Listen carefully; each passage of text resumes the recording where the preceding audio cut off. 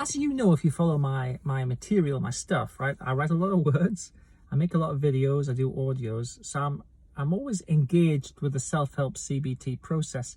But every now and again, I come across something, or I write something, or I think something, I think, oh, you know, just like makes me pause and sort of take a step back. And I was thinking about this the other day. When did it become more socially acceptable to take an antidepressant than to do something constructive to help yourself? So why is it that antidepressants, anxiolytics, all these kind of drugs, they're out there, and the general picture I would give is that if you imagine Wembley Stadium holds 90,000 people, 15,000 of those are on an antidepressant.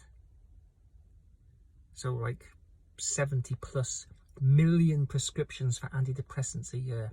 When did that become, oh yeah, that's normal, socially acceptable, but actually doing something to change the psychological processes that create the problem? Where is that? What happened in 1066? Battle of Hastings. What happened in 1492? Columbus sailed the Sea of Blue. What happened in 1815? The Battle of Waterloo.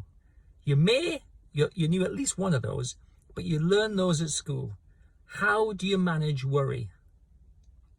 You didn't learn that at school. What is anxiety? You didn't learn that at school. How do you overcome depression? You didn't learn that at school. Why do you feel stressed? You didn't learn that at school. You learn the things that are really unimportant in your life journey, and you do not learn the things that are important. Instead, you are told to take a mind-altering drug instead of doing something constructive or useful for yourself. When did that become like the sensible strategy?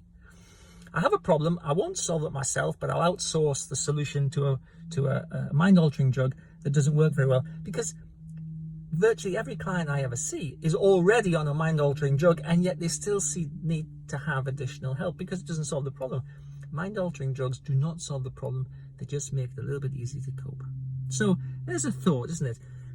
Sort of move that around your mouth, kind of get a sense of it. Why is it acceptable to outsource the solution to your mental health problems instead of actually dealing with them yourself and, you know, like moving past them? So I thought I'd share that with you in a car park, going to post a letter.